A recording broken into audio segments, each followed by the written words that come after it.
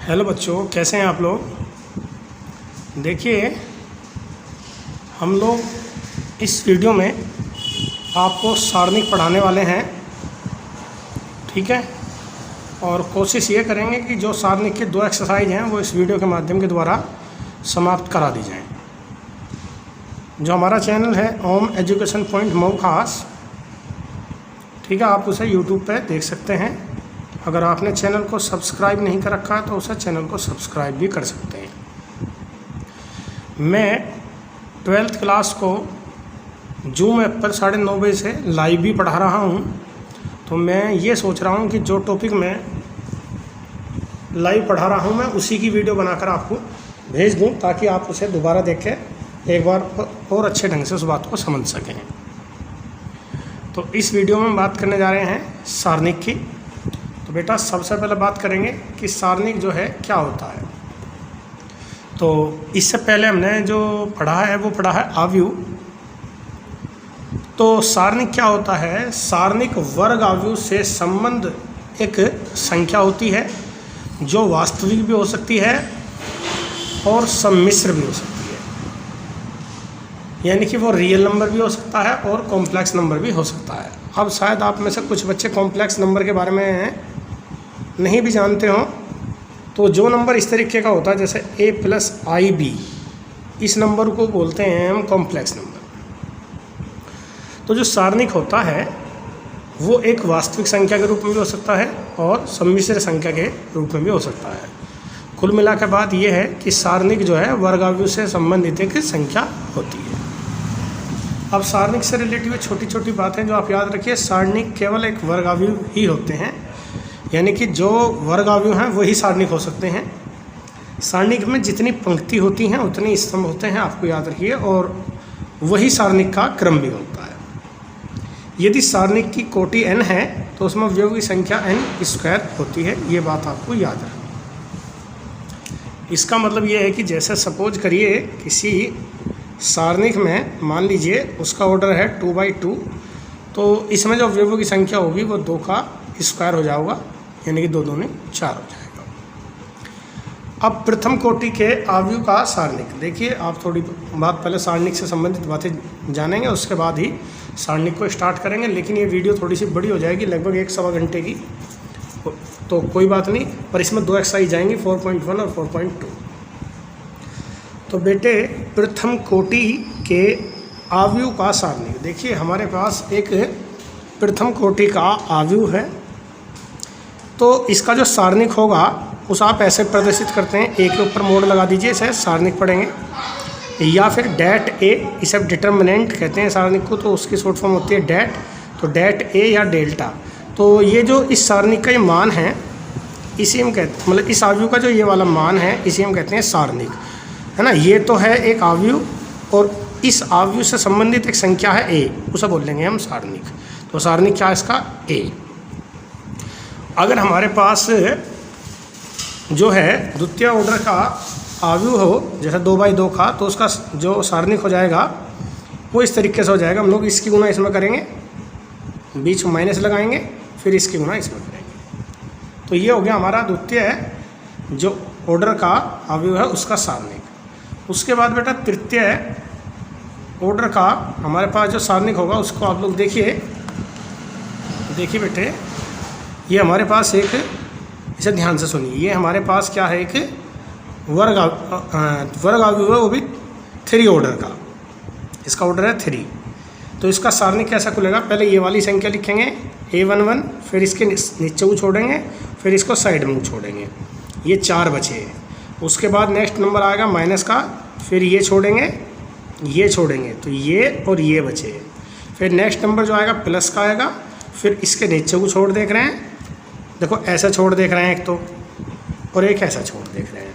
ये छोड़ दो, मतलब जो ले रहे हो ना उसके नीचे को भी छोड़ने हैं और साइड को भी छोड़ने हैं। ऐसे आपने पहले वाले में लिया, जैसे तो आपने ये छोड़ दिए पहले वाले में, ये 4 बचे। अगले वाले में क्या करा? ये 4 बचे। अगले वाले में ये 4 बचे। और ये आप लोग ले लेंगे, यो प्लस में, यो माइनस में, यो प्लस में। उसके बाद इसकी गुना इसमें, इसकी गुना इसमें, ऐसा आप लोग इसे लिख लेंगे और इसकी जो संख्यात्मक मान है उन्हें सॉल्व कर लेंगे बेटे। अब आगे बढ़ते हैं। देखिए, अब सारणिक से संबंधित एक बहुत महत्वपूर्ण बात है, जान लीजिए। यहाँ plus minus plus minus plus minus plus minus plus, इस तरीके से आपको ये बात याद रखनी है। ये एक सारणिक है, ठीक है। सारणिक को दो डंडों के बीच में ऐसे व्यक्त करना है। इसे बोलते हैं R1, ये R2, ये R3, ये C1, ये C2, ये C3, यानी ऐसे रोओं में और ऐसे कॉलमों में, ये C1 C2 C3। अब हमसे ये कहा गया कि भाई इसका मान याद कीजिए। देखिए इसका जो मान है ना, वो प्रथम, इसमें लिखना पड़ता है स्तंभ के अनुदिश ले रहा हूँ मैं, आपको मैं सिखाऊंगा। स्तंभ के अनुदिश भी सिखाऊंगा, यानी कि मैं लूँगा इसके अनुदिश, ठीक है। तो इसका मान जब आप लोग निकाल लेंगे, यहाँ पहली संख्या क्या है बेटा, 1 है। इस 1 के नीचे को भी छोड़ दो और साइड को भी छोड़ दो, बचे बेटे ये 4 एलिमेंट, 3 1 2 2। अगला ये वाला नंबर लीजिए माइनस में, और यहाँ ऑलरेडी माइनस का चिन्ह है, कोई बात नहीं। अब बेटे इसके नीचे साइड में ऐसे छोड़ दो और ऐसे छोड़ दो, बच्चे 2 1 4 2। जब आपको प्रैक्टिस हो जाओगी तो ऐसे लिखने की जरूरत ना, डायरेक्ट गुना भी कर लो। फिर अगली संख्या आओगी तुम्हारी 4, फिर ऐसे छोड़ दो और ऐसे छोड़ दो, बच्चे कौन कौन से, 2 3 4 2। अब देखो जी, इसकी गुना इसमें करो तो ये हो गया 3 दूनी 6, बीच में माइनस, 2 एकम 2। यहाँ माइनस माइनस की गुना करोगे प्लस, 2 दूनी 4 और ये भी 4 एकम 4। अब यहाँ जाओ तो 2 दूनी 4 और ये हो गए 4 तिया 12। देखो ये बचे 4, ये 0 हो गए बेटे, ये बचे माइनस के 8, 8 चौक 32। तो आपको सोल्व करके आंसर मिल गया 28 माइनस का। ये प्रथम स्तंभ के अनुदिश आपने ऐसा खोल दिया। अब यही सवाल अगर आपको कहा जाए, ठीक है, क्वेश्चन यही है आपसे, कह रहा कि भाई अब आप जो है इस क्वेश्चन को प्रथम, मान लीजिए द्वितीय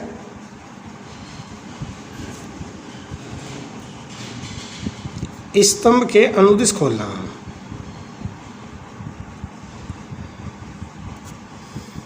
तो एक तो चिन्हों का ध्यान रखना है, माइनस प्लस माइनस है, ठीक है। तो यहाँ बताओ पहला क्या लेना है भैया, 2, कौन का लेना, माइनस का 2। आप समझ रहे हो, 2, यहाँ देखो चिन्ह इसके हिसाब से लेना, माइनस का 2। अब आप जो है बेटा इस 2 के नीचे को छोड़ दो और साइड में छोड़ दो, -1 4 और 2 2।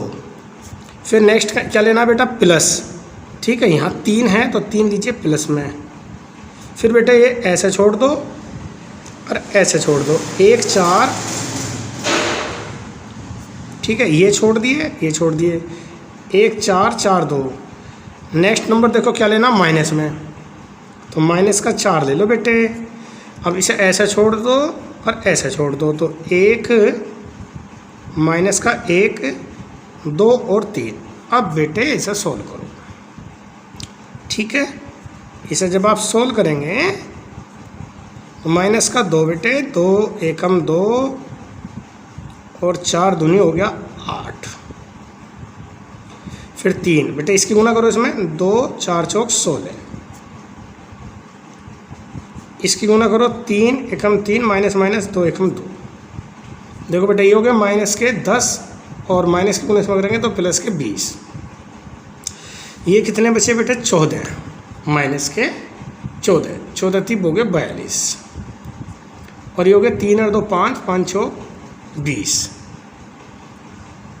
तो अब इन्हें देखो, इसे देख लेते हैं दोबारा से एक बार, कहीं कोई गलती तो नहीं हो गई है। पहला लिया हमने 2, ठीक है, ये हमने माइनस का लेना है, तो ये छोड़ दिए बेटे हमने, ये छोड़ दिए, यानी कि -1 और 4 2 2। फिर लिया हमने 3, ऐसे छोड़ दिया और ऐसे छोड़ दिया, तो 1 4 4 2। नेक्स्ट नंबर आया हमारा, यहाँ बेटा 1 लेना है, जो 1 है बेटा, ये लेना ना, ये वाला। अब इसे ऐसे छोड़ दिया और ये छोड़ दिया, तो 1 1 है ना। हमने ये छोड़ने हैं, देखिए ये छोड़ने हैं और ये छोड़ने, तो 1 माइनस का 1 4 2, तो यहाँ 4 2 थोड़ी सी मिस्टेक हो गई, इसे सही कर लेते हैं। तो यहाँ 1 है बेटे, यहाँ 2 एकम 2 और 4 एकम 4 हो गए प्लस के। अब बताओ ये कितने हो गए बेटे, ये हो गए आपके 6। अब इन्हें देखो बेटा, 20 माइनस के ये हो गए 48 और कुल मिलाकर कितने बच गए बेटे, 28 बच गए। ठीक है, वो थोड़ी सी मिस्टेक हो गई, उसके लिए सॉरी। तो आप लोग जो हैं चाहे R1 के अनुदिश खोलिए चाहे C1 के अनुदिश खोलिए, आपका आंसर सेम ही आएगा, सारणी के मान पर कोई प्रभाव नहीं पड़ता। अब देखिए हमें आवश्यकता कैसे पड़ती है। मान लीजिए हमारे पास सिचुएशन बनती है, इस तरीके की सिचुएशन हमारे पास बनेगी। जैसे मान लीजिए यहाँ आ जाओगा उसका 1 या 0 0 है ना, 5 और यहाँ x, यहाँ 2, यहाँ 1, यहाँ 3 5 1, कुछ इस तरीके का आ गया। तो आप देखो इसमें 2 0 ऐसे हैं, तो हम ये कहेंगे कि भाई R1 का अनुदिश विस्तार कर दीजिए, R1 के अनुदिश विस्तार करिए, मतलब जिधर को ज़्यादा 0 हो उधर की तरफ से विस्तार करना, ये ध्यान रखना। ठीक है, अब आप इसका विस्तार करेंगे तो लास्ट वाली डिजिट का कर दो, बस 5 का 5 लिखो, 5 को यूँ छोड़ो और यूँ छोड़ो, इसकी गुना इसमें कर दो, तो 5x और माइनस का 3 दूनी 6, इनकी गुना कर सकते हो। ठीक है, अब मान लो आपके पास में सिचुएशन ऐसा आ जा रहा है, जैसा आपको लग रहा है 3 2 3 5 9 1 4, यहाँ 0 0 और 3। तो आप देखो 0 ज़्यादा यहाँ है ना, इस वाले में है, तो अब लिखो R3 के अनुदिश विस्तार करो, जिधर 0 ज़्यादा हो उसके अनुदिश विस्तार कर देते हैं बेटे। तो इसके अनुदिश करोगे, देखो प्लस है ना, यहाँ क्या है प्लस माइनस प्लस, यानी कि लास्ट वाला प्लस में है। फिर आप लोग ऐसे छोड़ दो, ऐसे छोड़ दो, 2 एकम 2 9 3 27, ये 25 बचे, माइनस के 25 थी 75, इसका आंसर आ गया। मतलब आप ये ध्यान रखिए कि आपके सारणी में 0 कहाँ बन रही। मान के चलो यहाँ 5 3 2 और आपकी यहाँ 0, इसमें देखो, आप इसमें देखोगे तो इसमें ज़्यादा 0 है, तो आप लिखोगे R2 के अनुदिश विस्तार करने पर। तो मेरे ख्याल में आप लोग इतना तो समझ गए होंगे कि हम लोग विस्तार किसके अनुदिश करेंगे। जिस रो में ज़्यादा 0 हो या तो उसके अनुदिश विस्तार करो, या जिस कॉलम में ज़्यादा 0 हो उसके अनुदिश विस्तार करो। तो बेटा इतनी बात आपकी समझ में आ गई कि हम लोग विस्तार किसके अनुदिश करेंगे। ठीक है, अब आगे बढ़िए। देखिए बेटे, अब हम प्रॉपर्टी पढ़ते हैं डिटर्मिनेंट की, यानी कि सारणिक के गुणधर्म पढ़ते हैं। तो बेटे हमारे पास जो पहला सारणिक का गुण है, मतलब ये क्रम से तो है नहीं, आपको थोड़ा सा याद रखना बस। पहला गुणधर्म ये है कि अगर मान दो कोई सारणिक आपकी है इस तरीके की, A11 A12 A13 A21 22 23 31 32 33। ठीक है, तो पहला गुण ये है, अगर मान लीजिए आपने इसका सारणिक का मान निकाल लिया, ठीक है, और मान के चलिए वो मान आ गया अल्फ़ा। ठीक है, ये आप मान लीजिए इसका मान क्या आ गया, अल्फ़ा आ गया बेटे। तो अगर आप इस सारणिक का है ना ट्रांसपोज कर देंगे, यानी कि इसमें क्या है, जो इसकी रो है उसे कॉलम में कन्वर्ट कर देंगे, तो रो जो है आपकी A11 कॉलम में कन्वर्ट होकर ऐसा बन जाएगी बेटे।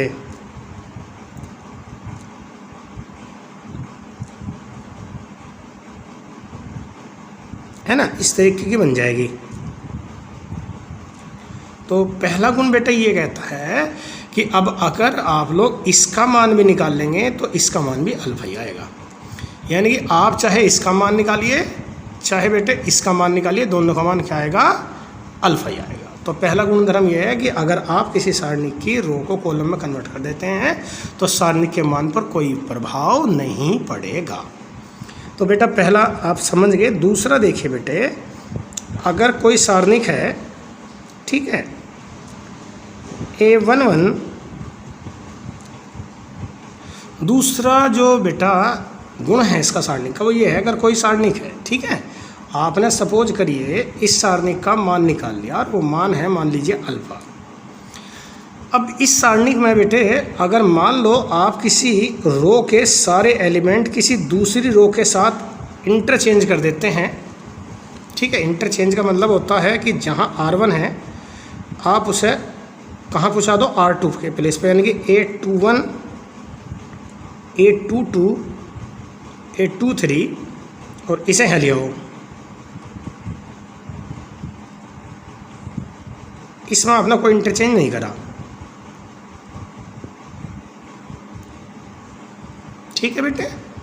तो जब आप इसका मान ज्ञात करेंगे इस सारणिक का है तो वो आएगा तो अल्फा ही, बस काय का आ जाएगा, माइनस का। तो आप लोग ये समझ जाओ, जब इंटरचेंज करेंगे तब यहाँ पे माइनस का चिन्ह लगा देना। ओके, यहाँ पे माइनस का चिन्ह लगा देना। अगर आपको लगे कि भाई आप इंटरचेंज कर रहे हैं, सपोज करिए आपके सामने सिचुएशन कुछ ऐसा आ जावे कि जैसे कोई सारणिक का सवाल चल रहा हो, है ना, और यहाँ लिख रहा है एक्स वाई जेड और यहाँ लिख रहा है पी क्यू आर, है ना, यहाँ लिख रहा है 2 3 या 2 4 7, और आपको ऐसी आवश्यकता पड़ जावे कि आप ये चाह रहे कि R1 के प्लेस पे R2 लिखा जावे, तो ये प्रॉपर्टी ये कहती है कि ऐसा संभव है, बस यहाँ पे क्या साइन लगा देना, माइनस का, यानी पी क्यू आर यहाँ लिख देना, एक्स वाई जेड ही रहने देना और 2 4 7 ही रहने देना। मतलब अगर ये दोनों इंटरचेंज करोगे तो यहाँ पे माइनस का चिन्ह आ जाएगा। अब दोबारा से फिर इंटरचेंज करोगे, मान लो आप इसे यहाँ लिखना चाह रहे, अब एक इंटरचेंज और करना चाह रहे कि C1Q इंटरचेंज करना चाह रहे C2 के साथ में, तो फिर हो जाएगा, फिर क्या करोगे, फिर यो वाला माइनस फिर प्लस हो जाएगा, है ना, वो तो हर बार माइनस लगेगा। तो Q Y 4 P X 2 R Z 7, ठीक है। तो ये प्रॉपर्टी नंबर 2 है सारणिक की, जिसे आपको बेटा याद रखनी है, ठीक है। अब प्रॉपर्टी नंबर 3 देखिए क्या है। प्रॉपर्टी नंबर 3 ये है कि अगर किसी सारणिक की 2 रो एक समान हो, जैसे A1 है ना, B1 और C1, यहाँ भी लिख रहा A1 B1 और C1, यहाँ A2 B2 और यहाँ लिख रहा C2, तो बेटा जी इसमें R1 और R2 आपस में बराबर हैं, चाहे R1 R2 बराबर हो, चाहे R1 R3 बराबर हो, चाहे C1 C2 बराबर हो, चाहे C2 C3 बराबर हो, मतलब 2 रो बराबर हो या 2 कॉलम बराबर हो, कोई सी भी, तो उस सारणिक का मान आप लोग डायरेक्ट क्या लिख देना बेटे, 0 लिख देना। उसका जो मान होगा सारणिक का वो क्या हो जाएगा, 0। तो ये प्रॉपर्टी नंबर 3 है जिस आपको याद रखना है।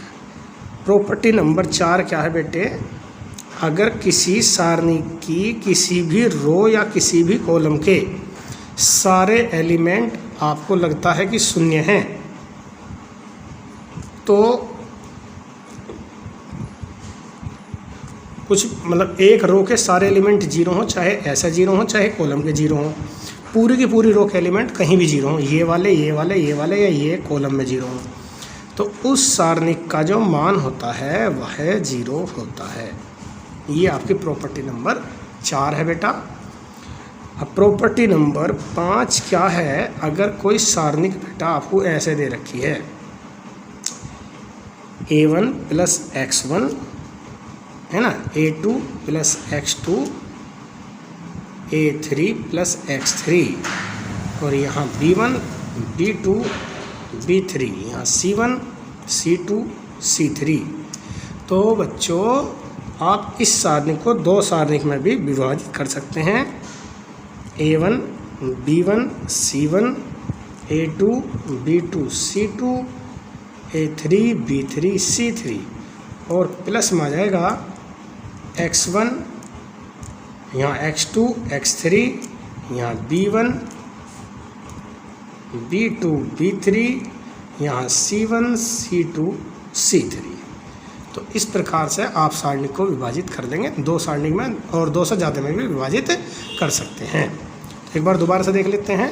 अगर किसी सारणिक के सभी रो या सभी कॉलम को एक दूसरे में चेंज कर देते हैं तो सारणिक के मान पर कोई प्रभाव नहीं पड़ता है, पहली प्रॉपर्टी। दूसरी प्रॉपर्टी, अगर किसी रो को किसी दूसरी कॉलम से इंटरचेंज करते हैं तो सारणी के मान पर कोई प्रभाव नहीं पड़ता, परंतु उसका चिन्ह बदल जाता है। ठीक, ये प्रॉपर्टी नंबर 2। प्रॉपर्टी नंबर 3, यदि किसी सारणी की 2 रो या 2 कॉलम एक समान होती हैं तो उस सारणी का मान डायरेक्ट शून्य लिखा जाता है। प्रॉपर्टी नंबर 4, यदि किसी सारणी के सभी एलिमेंट किसी रो में हो या किसी कॉलम में हो, वो सारे के सारे अगर शून्य हैं तो उस सारणी का मान शून्य होता है। प्रॉपर्टी नंबर 5, यदि कोई सारणिक आपको दिख रहा है कि इस तरीके से है और आपको इसको एक्सपेंड करने में दिक्कत आ रही है, तो आप इस सारणिक को 2 सारणिक में, अगर इसमें 3 पद होते तो 3 सारणिक में भी विभाजित कर सकते हैं और फिर आसानी से इन सारणिकों को सोल्व किया जा सकता है। अब प्रॉपर्टी नंबर 6 देखिए। अब प्रॉपर्टी नंबर 6 क्या है कि मान लीजिए डेल्टा, जैसे ए, यदि इसमें क्या है, ए एक आव्यूह है, ठीक है, और ये आव्यूह है आपका, ठीक है, इस वर्ग आव्यूह है ये n/n का। तो यदि आपने, है ना, इसमें k की गुना कर दी, k की गुना कर दी और उसके बाद आपसे कहा जाएगा कि भाई इसका सारणिक बताइए, है नहीं, आपसे कहा जाएगा कि भाई इसका सारणिक का मान बताइए, यानी कि इसका सारणिक का मान ज्ञात करना है। तो इसमें क्या होगा कि k की पावर जितना है, जिस क्रम का यो है उतनी पावर ले लेना और साथ में जो a है उसका मोल। तो इस तरह से हम लोग जो है डायरेक्ट भी इसको याद रखेंगे और ये सारे के सारे जो गुणधर्म आपको बताए गए हैं इन्हें भी आप याद करेंगे। अब आगे बढ़ते हैं बेटा, एक्सरसाइज पाते हैं। देखिए बेटे, क्वेश्चन नंबर 1 में कह रहा कि भाई इस जो ये दे रखा है एक वर्ग आव्यूह है और इसमें कह रहा है इस सारणिक का मान याद करके दिखाइए। तो अभी आपको सिखाया भाई इसका मान, ये एक वर्ग आव्यूह है तो इसके सारणिक का मान क्या हो जाएगा, इसकी गुणा इसमें कर लीजिए -2, फिर इसकी गुणा इसमें कर दीजिए 5 × 20, कुल मिला के इसके सारणिक का मान आ गया, ठीक है। ये यहाँ पर -5 है तो ये हो गया माइनस प्लस और इसके सारणिक का मान आ गया 80। तो क्वेश्चन नंबर 1 हो गया। क्वेश्चन नंबर 2 जो है उसे देखिए अब आपसे कह रहा कि भाई इसके सारणिक का मान ज्ञात कीजिए। तो ये भी बिल्कुल ऐसे ही, इसकी गुना कर दीजिए ऐसे, तो ये बन गया कोस स्क्वायर थीटा, बीच में माइनस आता है प्लस हो जाएगा sine square theta, cos square theta plus sine square theta बराबर 1 होता है। नेक्स्ट क्वेश्चन आप खुद कर सकते हैं बेटे। अब आइए क्वेश्चन नंबर 3 पर। देखिए बेटे, आप सबसे पहले इसका सारणिक का मान ज्ञात कीजिए। तो इसके सारणिक का मान आ गया 2 एकम 2 और 4 दूनी 8, कुल मिला के -6, ठीक है। अब लेफ्ट हैंड साइड लीजिए। तो लेफ्ट हैंड साइड में, ठीक है, पहले जो है वो है 2a का सारणिक। तो देखिए जो a वाला पोर्शन है ना, उसका 2 में मल्टीप्लाई करिए। तो 2 में मल्टीप्लाई करेंगे तो ये बन गया आपका 2, ठीक है, यहाँ 8, यहाँ 4 और यहाँ पे 4। आप मेरी बात समझिए, ये a का मान है उसमें 2 की गुना करके, अंदर आव्यूह है बाहर सारणिक है, यानी कि इस आव्यूह का ये सारणिक है, यानी कि इस आव्यूह का जो मान होगा वही ज्ञात कर दीजिए। अब गुना करिए तो ये कितना हो गया, 4 दूनी 8, 8 × 6 32, ये बचे -24। और इसे आप लोग ऐसे लिख सकते हैं 4 गुना -6, और बेटा -6 जो है वो है मोड a, यानी a का सारणिक, और ये आपकी राइट हैंड साइड आ गई। तो ये क्वेश्चन नंबर 3 आपका प्रूफ हो गया। अब क्वेश्चन नंबर 4 आप खुद करेंगे बेटा। अब क्वेश्चन नंबर 5 में से एक पार्ट देख लेते हैं। देखिए बेटे, इसका मान ज्ञात करना, अभी मान ज्ञात करने मैंने सिखाए, इसमें 2 0 R2 में बन रही बेटे, किसमें बन रही, R2 में। तो लिखो R2 के अनुदिश विस्तार करने पर, तो इसका विस्तार जब आप R2 के अनुदिश करेंगे मेरे बच्चों, ठीक, तो इन 2 0 का नहीं करेंगे, ये प्लस माइनस प्लस, यानी कि पहला 0 हो गया, ये 0 हो गया, और अगला जो लोगे वैसे तो प्लस में लोगे, पर यहाँ माइनस के कारण आप लोग माइनस लिखेंगे। अब देखिए आप इसे ऐसे छोड़ दीजिए और इसे ऐसे छोड़ दीजिए। ये 4 एलिमेंट बचे, 5 × 3 = 15 हो गए माइनस के, बीच में माइनस आएगा, 3 एकम 3 प्लस हो गया, कुल मिला के माइनस के 12 बचे। लेकिन जब माइनस की गुना 1 में करेंगे तो 12 इस सवाल का आपका आंसर आ जाएगा बेटे, ठीक है।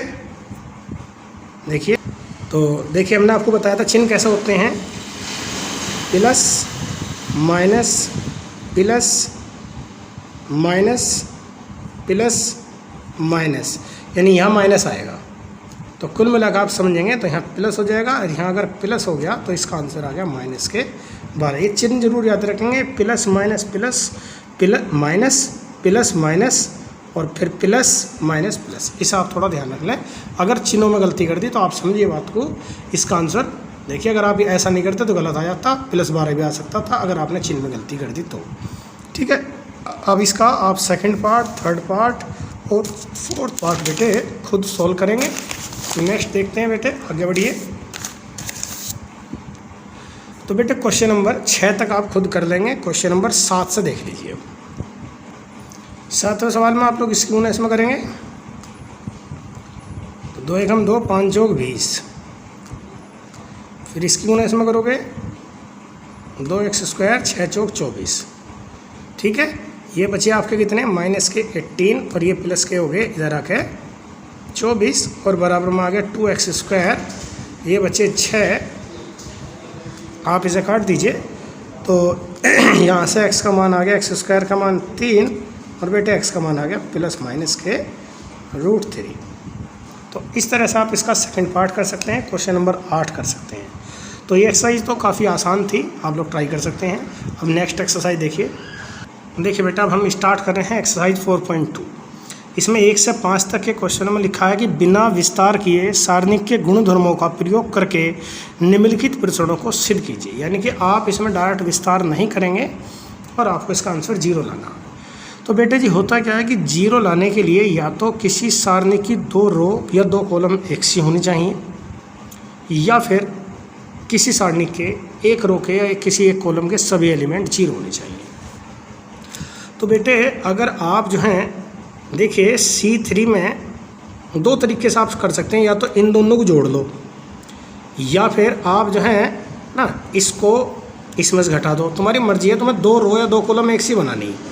तो मैं क्या कर रहा हूँ, चलो C3 में से C2 घटा रहा हूँ। ठीक है, तो जब मैं ऐसा करूँगा लेफ्ट हैंड साइड में ले रहा हूँ तो देखिए C3 पे इफेक्ट पड़ेगा, जो यहाँ लिखा रहा है उस पर इफेक्ट पड़ेगा। तो ये x y z तो ऐसे ही आ जाएगा, a b c ये ऐसे जो घट जाएगा वो कोई बात नहीं, लेकिन वो उसका चेंज आएगा बस इस जगह पर आएगा। इनमें से इसमें से a घटा दो ये वाला x, इसमें से b घटा दो ये वाला y, और इसमें से c घटा दो। देखो आपने लिखा C3 माइनस C2 का मतलब होता है इनमें से इन्हें घटाना, यहाँ z आ गया। तो बेटे इसमें इसका मान 0 आ गया, क्योंकि C1 और C3 दोनों कॉलम एक सी हो चुकी हैं। तो सारणिक का गुणधर्म है कि अगर 2 कॉलम एक सी हो तो उसका मान 0 होता है। अब नेक्स्ट क्वेश्चन देखिए। देखिए बेटे इस वीडियो को बनाने का उद्देश्य सिर्फ हमारा ये है कि जब आपके एग्ज़ाम आए तो आप 1 आध घंटा इस वीडियो को देखकर अपना आराम से रिवीजन कर सकते हैं। ठीक, तो आप लोग ये मत समझिए कि मैंने मॉर्निंग में भी कराई थी और अब फिर दोबारा से इसी वीडियो को आपको भेजूँगा। उसका कारण सिर्फ ये है कि कुछ बच्चे तो ऐसे हैं जो एक बार में बात को पकड़ लेते हैं, लेकिन बेटे कुछ बच्चे ऐसे होते हैं जो थोड़ा सा दिक्कत करते हैं। तो उन सब बच्चों के लिए मैं वीडियो तैयार कर रहा हूँ। तो प्लीज़ वीडियो को शुरू से एंड तक देखना, चाहे 2 बार में देख लेना, पर देखना शुरू से एंड तक। तो नेक्स्ट क्वेश्चन है बेटा आपके सामने, ये सिद्ध करना है। तो इसमें क्या है कि सबसे पहले अगर 0 आपको लाना है तो ये देख लो कि या तो इन्हें ऐसे जोड़ के चेक करो 0 हो रहे हों, या ऐसे जोड़ के चेक करो क्या 0 हो रहे हों।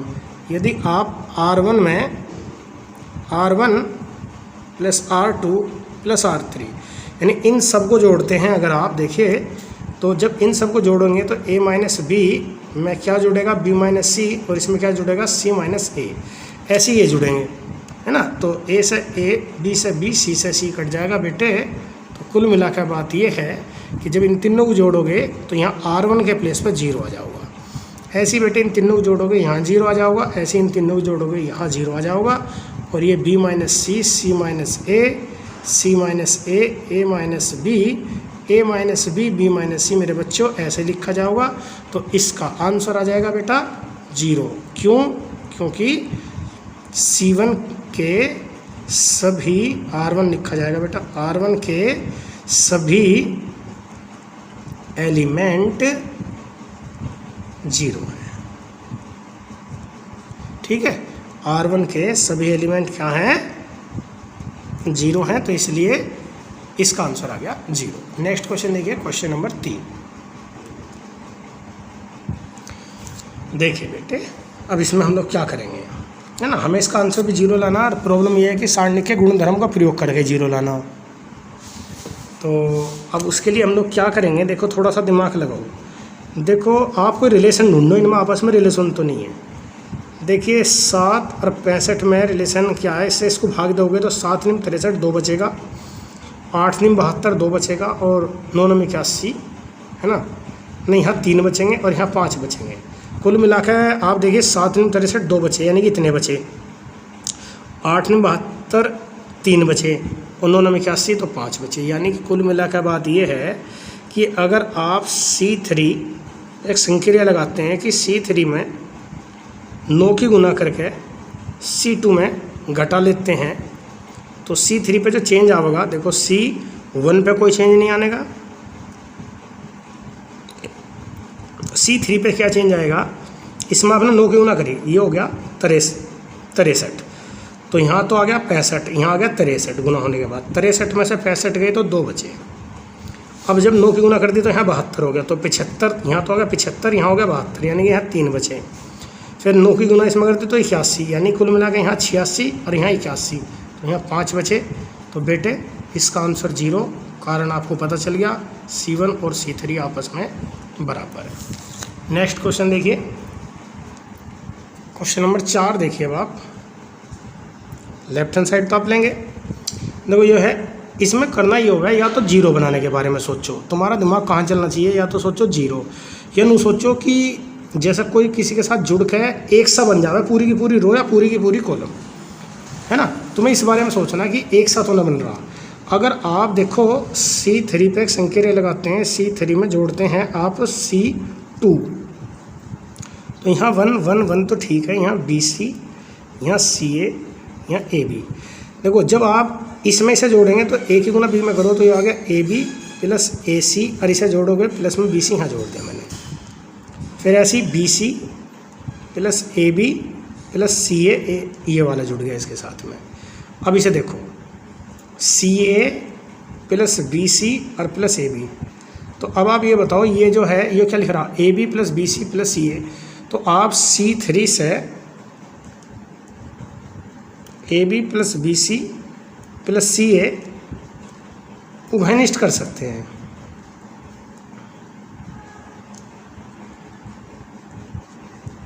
तो क्या आ गया, AB plus BC plus CA, यहाँ क्या आ गया 1 1 1, यहाँ BC, यहाँ CA, यहाँ AB, यहाँ 1 1 1।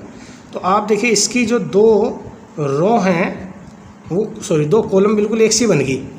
और आपको पता है कि अगर किसी सारणिक की 2 रो या 2 कॉलम के एलिमेंट बराबर होते हैं तो सारणिक का मान क्या होता है, 0। तो ये सिद्ध हो गया आपका 0, तो राइट हैंड साइड आ गई। ठीक है, तो ये क्वेश्चन नंबर आपका 4 सोल्व हो गया। अब क्वेश्चन नंबर 5 देखते हैं। देखिए बेटा क्वेश्चन नंबर जो इसका 5 है ये एक बहुत इंपॉर्टेंट क्वेश्चन है, आपको थोड़ा सा इसे ध्यान भी रखना है कि ये क्वेश्चन हमने कैसा किया था। ठीक है, तो हम लोग इसमें पहला जो स्टेप ले रहे हैं इसे हमने डेल्टा मान लिया, और हम क्या कर रहे हैं, इसे हमने डेल्टा मान लिया, इसको डेल्टा, तो यही साइड हम लेके चलेंगे डेल्टा वाली। और हम लोग क्या कर रहे हैं, इसके स्तंभ को कॉलम में बदल रहे हैं, यानी R को C में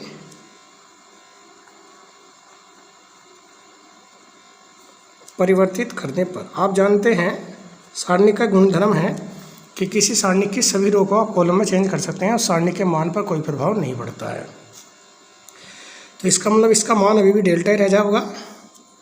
तो आपने क्या करा है,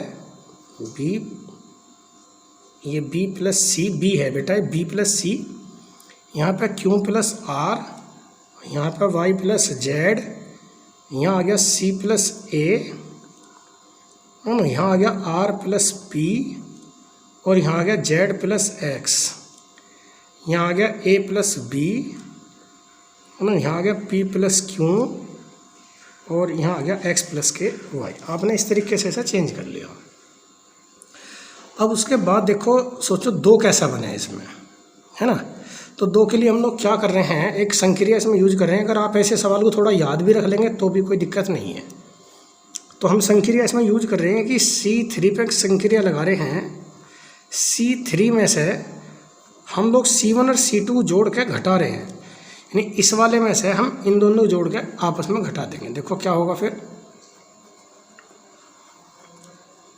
B plus c q plus r y plus z c plus a r plus p z plus x, तो हमारा जू का तू बना रहा होगा। यहाँ थोड़ा सा समझ लीजिए बात को, है ना। हम लोग क्या कर रहे हैं, इसमें से यानी कि ए प्लस बी में से क्या घटा रहे हैं, इन दोनों को घटा रहे हैं जोड़ के, यानी कि माइनस के बी माइनस का सी माइनस का सी माइनस का ए। तो ए से ए कट गया, बी से बी कट गया, क्या आ गया माइनस का 2c आ गया। तो ऐसे यहाँ पर जो आ जाएगा माइनस के 2r आ जाएगा, और ऐसे यहाँ पर आ जाएगा माइनस के 2z। अब देखिए इसमें माइनस का 2 सारे में कॉमन हो गया, तो जो C3 है C3 से माइनस के 2 आप उभयनिष्ठ कर दो,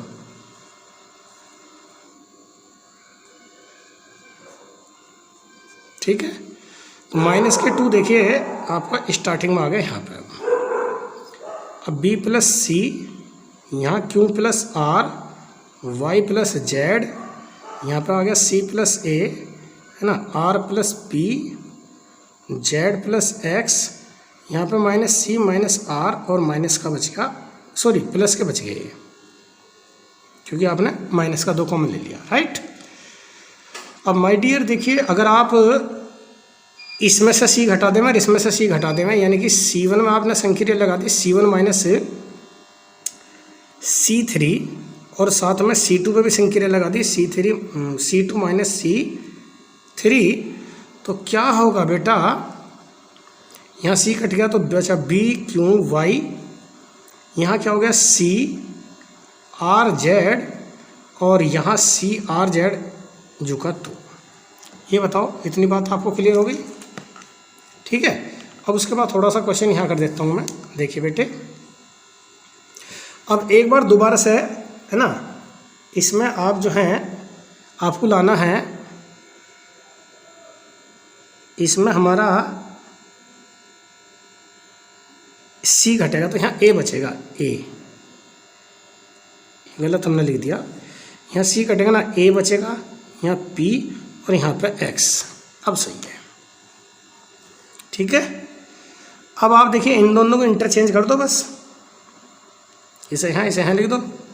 तो आप क्या कर रहे हैं, C1 को इंटरचेंज कर दो C2 से, तो ये क्या बन गया माइनस के 2, ठीक है, A P X B Q Y, और यहाँ पर आ गया C R Z, ठीक है। अब आप देखिए आपको लाना क्या है, ए पी आपको लाना था, आपने क्या करा, इंटरचेंज करा, तो इंटरचेंज करने पे साइन चेंज हो जा, है ना। अब देखिए एक बार रो को दोबारा से कॉलम में चेंज कर दो, यानी 2 तो हैं चल रहा, ए बी सी, यहाँ पी क्यू आर, यहाँ आ गया एक्स वाई जेड, मतलब रो को कॉलम में चेंज कर दिया एक बार दोबारा से। तो ये क्वेश्चन आपको थोड़ा सा ध्यान रखना बेटा, इस तरीके से सॉल्व होगा।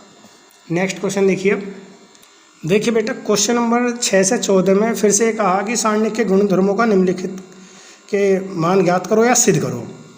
अब देखिए इसमें 3 जीरो ऑलरेडी बनी हुई है, तो जिस क्वेश्चन में 3 जीरो बन जाती हैं उस क्वेश्चन में आप विस्तार कर सकते हैं, ठीक है। तो इसमें आप जो विस्तार करेंगे, है ना, वो किसी रो या किसी कॉलम जिसके अनुदिश करते हैं कर लीजिए। R1 के अनुदिश विस्तार करने पर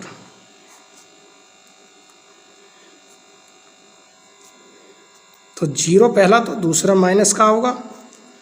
आप ऐसे छोड़ेंगे तो इसकी गुना इसमें करेंगे 0 और माइनस माइनस प्लस BC, फिर नेक्स्ट नंबर प्लस में होगा। अब बेटा ऐसे छोड़ेंगे, मतलब ये छोड़ेंगे, है ना, और ये छोड़ेंगे, ठीक है। तो A की गुना C में हो जाएगा माइनस का AC और ये 0। अब ये क्या हो गया बेटा, माइनस का ABC और ये प्लस का ABC, तो इसका आपका आंसर आ गया 0। देखिए क्वेश्चन नंबर 7 देखिए, अब देखिए बेटा क्वेश्चन नंबर 7। तो आप क्वेश्चन नंबर 7 में देखिए, इन सब में ए कॉमन है, इनमें बी कॉमन है, इनमें सी कॉमन है। तो आप लोग लिखिए R1 से ए, R2 से बी और R3 से सी उभयनिष्ठ, इसे इंग्लिश में कॉमन बोलते हैं, करने पर। तो इसमें से बेटा ए आ गया, इसमें से बी, इसमें से सी आया है, ऐसे लिया आपने कॉमन, हालांकि ऐसे भी कॉमन था। तो ए बी सी तो हो गया बाहर, यहाँ बचा माइनस का ए, यहाँ बी और यहाँ सी। ठीक है बेटा, यहाँ बी कॉमन लिया है तो यहाँ ए हो गया, यहाँ माइनस का बी और यहाँ पर हो गया सी। फिर यहाँ पे देखिए आपने कॉमन क्या लिया है इसमें, सी, तो यहाँ ए हो गया बेटे, यहाँ बी और यहाँ माइनस का सी। अब देखिए बड़े आराम से इसमें 2 जीरो बनती हुई नज़र आ रही हैं अगर आप R1 में R2 जोड़ देते हैं तो। ठीक है, चलिए और भी जीरो बन सकती हैं यहाँ लगी इसमें, इन दोनों को जोड़ोगे जीरो, यहाँ जीरो और ये हो गया 2C। ठीक, अगर आप यहाँ पे भी दोनों को जोड़ देते हैं, एक बार R2 पे भी लगा सकते हैं संक्रिया, R2 और R3 को भी जोड़ सकते हैं, तो इन दोनों को जोड़ोगे 2A, ये जीरो और ये वाला जीरो, ए बी और माइनस का सी।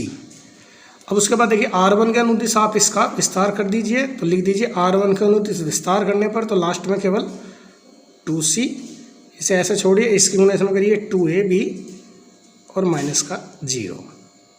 आंसर आ गया ABC इंटू 4ABC। मल्टीप्लाई करिए बेटा 4A² B² C²। तो क्वेश्चन नंबर 7 आपका सोल्व हो गया।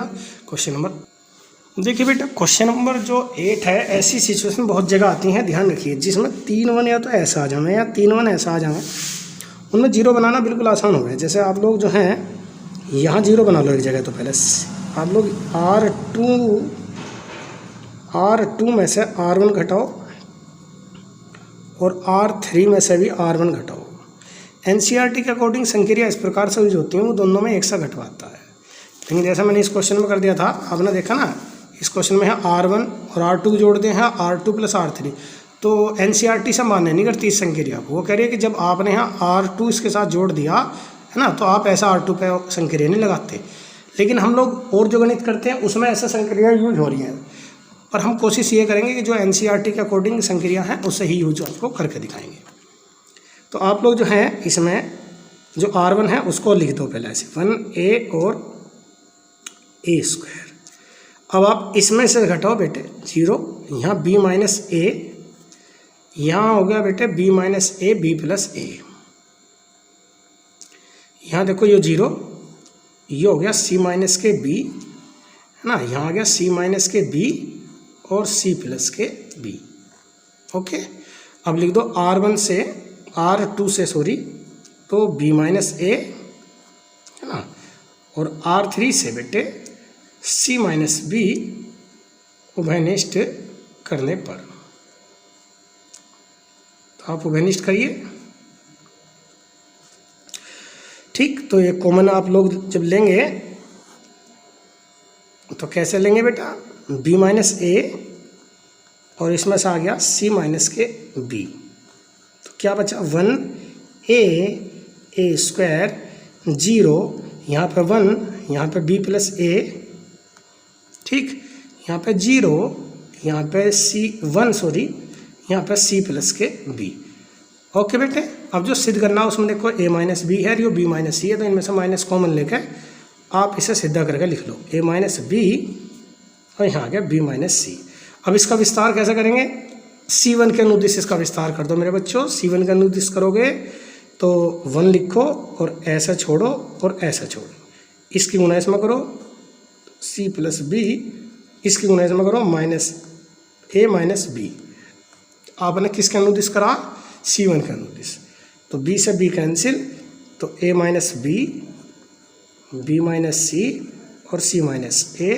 इस सवाल का आंसर आ गया, ये आपकी राइट हैंड साइड है। अब आप जो हैं क्वेश्चन नंबर 9 की ओर बढ़िए, इसका सेकंड पार्ट आप खुद। देखो क्वेश्चन नंबर अब आप 9, ये सारे क्वेश्चन बहुत ज़्यादा खास हैं, जो भी क्वेश्चन नंबर 9 से आगे होंगे अब सारे के सारे, ठीक है। आपको देखिए इसमें ये सिचुएशन बनानी है x minus y, y minus z, z minus x, ठीक है।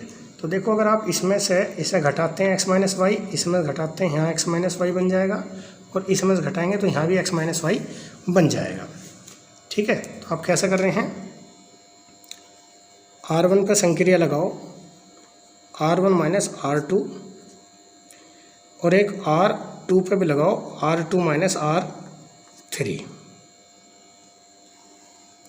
तो x माइनस वाई यहाँ पे बन गया, यहाँ पे बन गया x माइनस वाई और x प्लस के y, और इसमें z कॉमन तो y माइनस के x, और मैं माइनस का z कॉमन लिख रहा हूँ तो x माइनस के y।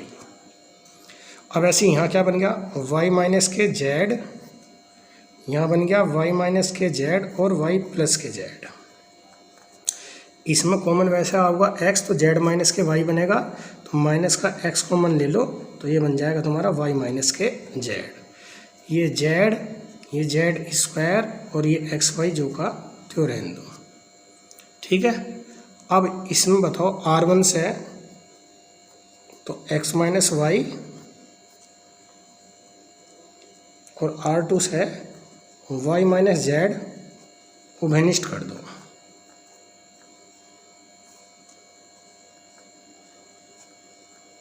ठीक। तो बेटा जी यहाँ से आ गया x माइनस वाई और y माइनस के z, तो यहाँ पर आ गया देखिए एक, आपने यहाँ कॉमन ले लिया x माइनस के y, तो x प्लस के y और यहाँ माइनस का z। यहाँ देखिए आपने ये कॉमन ले लिया तो 1, यहाँ y प्लस के z और यहाँ माइनस का x, यहाँ पे z, ठीक, z स्क्वायर और एक्स वाई ऐसा का ऐसे रहने दीजिए। अब देखिए बेटे अगर आप देखो इसमें से घटा देंगे तो एक जीरो बन जाएगी, है ना। तो अब आप क्या करेंगे, आप C1 पे संक्रिया लगाओ, C1 यानी R पे, R1 पे संक्रिया लगाओ, R1 माइनस के R2, ठीक है। तो ये बन गया x माइनस के y, y माइनस के z।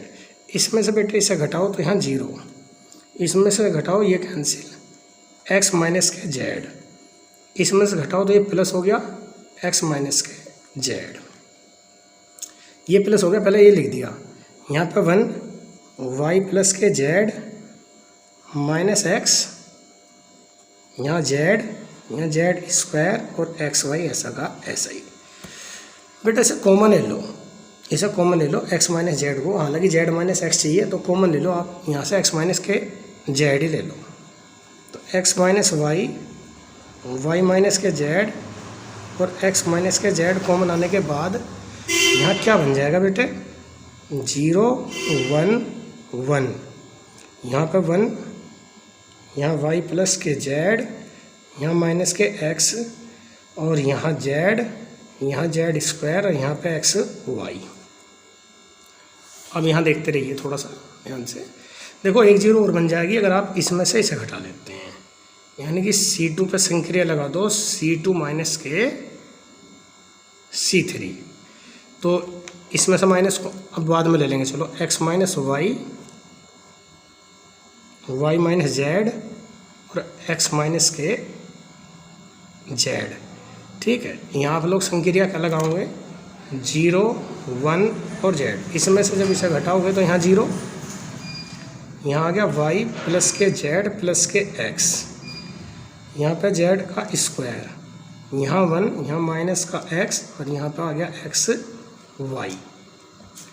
अब आप लोग क्या करेंगे, R1 के अनुदिश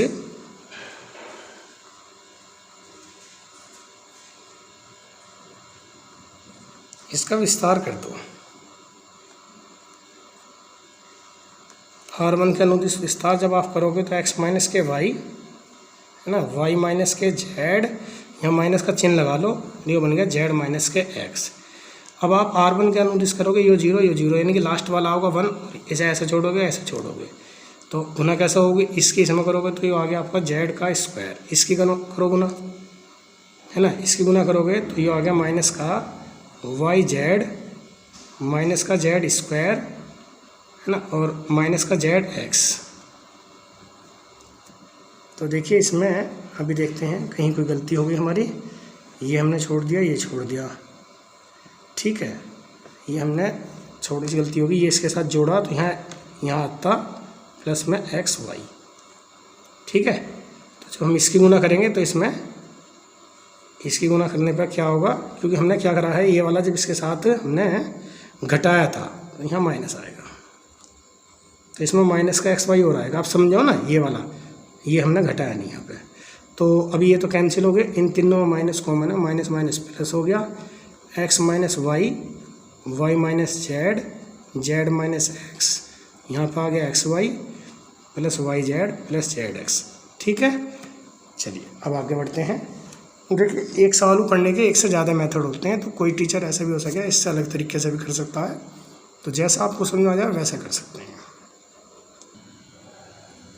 चलिए बेटा क्वेश्चन नंबर आप देखिए 10 का फर्स्ट पार्ट। इसमें आप देखिए कि ये तीनों अगर एक साथ जुड़ जाते हैं,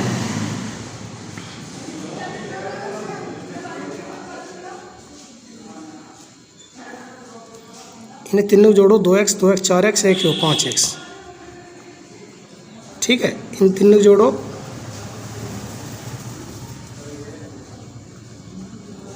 तो ये बन जाएगा यहाँ पर 2x, x प्लस के 4, यहाँ पर 2x, यहाँ 2x, यहाँ 2x और यहाँ पे x प्लस के 4। देखो अब आप C1 में से 5x प्लस के 4 ले लो कॉमन,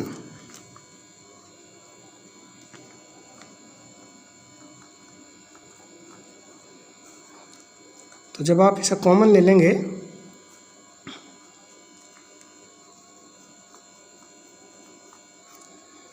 यहाँ जाएगा 1 1 1, यहाँ 2x, यहाँ x प्लस के 4, यहाँ 2x, यहाँ 2x, यहाँ 2x और यहाँ पे x प्लस के 4। अब उसके बाद बेटा आप इसमें 0 बना सकते हैं बहुत ईजी तरीके से। देखिए R1 में से R2 घटा दीजिए और R2 में से R3 घटा दीजिए, तो 5x प्लस के 4, 1 में से 1 गया तो यहाँ 0, जब आप इसमें से घटाएंगे, है ना, तो इसमें से घटाएंगे तो यहाँ x माइनस के 4, फिर आप इसमें से घटाएंगे तो यहाँ 0, इसमें से घटाएंगे तो यहाँ 0, इसमें से जब इसे घटाएंगे तो 4 माइनस का x, उसके बाद जब इसमें से बेटा इसे घटाएंगे, है ना, तो x माइनस के 4, यहाँ पे 1, यहाँ 2x और यहाँ x प्लस के 4। ज़्यादा 0 जो है वो पहली कॉलम में है, तो लिख देंगे C1 के अनुदिश विस्तार करने पर। तो जब आप C1 के अनुदिश इसका विस्तार करेंगे बेटे,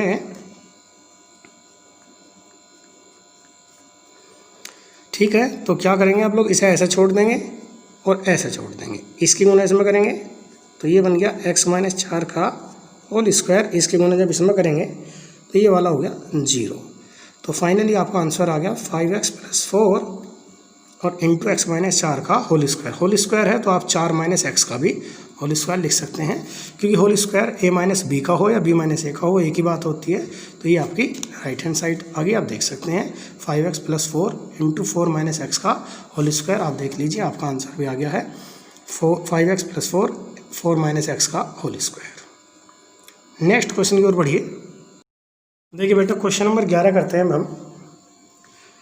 तो इसमें हमें लाना है a प्लस बी प्लस सी। हालांकि मैं आपसे क्लियर ये कह रहा हूँ, देखिए सारणिक के सवाल ऐसे सवाल होते हैं कि आप इनकी इतनी प्रैक्टिस करो कि जो आपके दिमाग का क्वेश्चन है ना कि पता कैसे चल रहा है कि सर R1 प्लस R2 या R3 होगा, वो डेफिनेटली आपको एकदम पता चल जाए।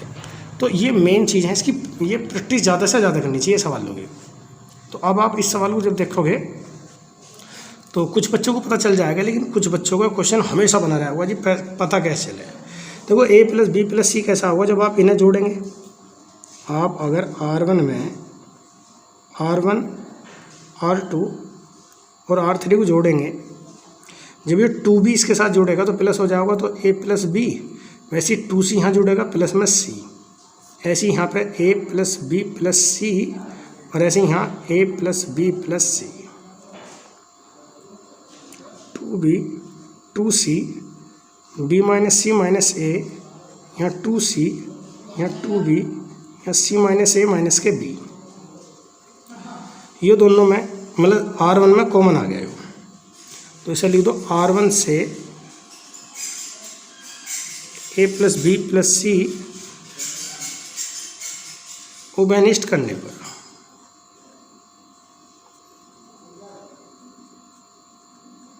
ठीक, इसे आप उभयनिष्ठ कर देंगे तो क्या आ जाएगा, A plus B plus C उभयनिष्ठ करने के बाद यहाँ पर क्या आ गया 1 1 1 2B, B minus C minus A, यहाँ 2B, यहाँ 2C, यहाँ 2C, यहाँ C माइनस A माइनस का B। ओके बेटे, अब देखो इसमें मतलब सीधे सीधे देखो 2 जीरो बन जाएंगी। अगर आप यहाँ जीरो बनाना चाहें तो C1 में से आप C3 घटा सकते हैं और C2 पे भी C2 में से C3 घटा सकते हैं, तो A plus B plus C, ठीक है बेटा। इसमें से ये वाला घटाओगे तो जीरो, इसमें से इसे घटाओगे यहाँ जीरो, और जब इसमें से इसे घटाओगे तो बेटे A plus B plus C आऊगा।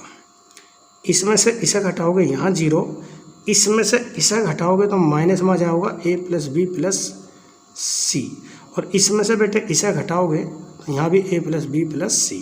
अब घटा के आराम से देख लीजिए तो आपको पता चल जाएगा। अब चाहे R1 के चाहे C1 के अनुदिश विस्तार कर दो। चलो R1 के अनुदिश इसका विस्तार कर देते हैं, आप लोग लिख देंगे R1 का अनुदिश विस्तार करने पर। तो R1 के अनुदिश विस्तार करेंगे तो इसको ऐसा छोड़िए, इसकी गुणा इसमें करिए जीरो, और इसकी गुणा इसमें करेंगे minus minus plus A plus B plus C का होल स्क्वायर, ठीक है। यहाँ प्लस हो जाएगा तो कुल मिला का आंसर आ गया A plus B plus C का होल क्यूब, यह आ गया राइट हैंड साइड, ठीक है बेटे। तो अब आपके क्वेश्चन नंबर 11 तक हमारे सोल्व हो गए हैं। नेक्स्ट देखेंगे हम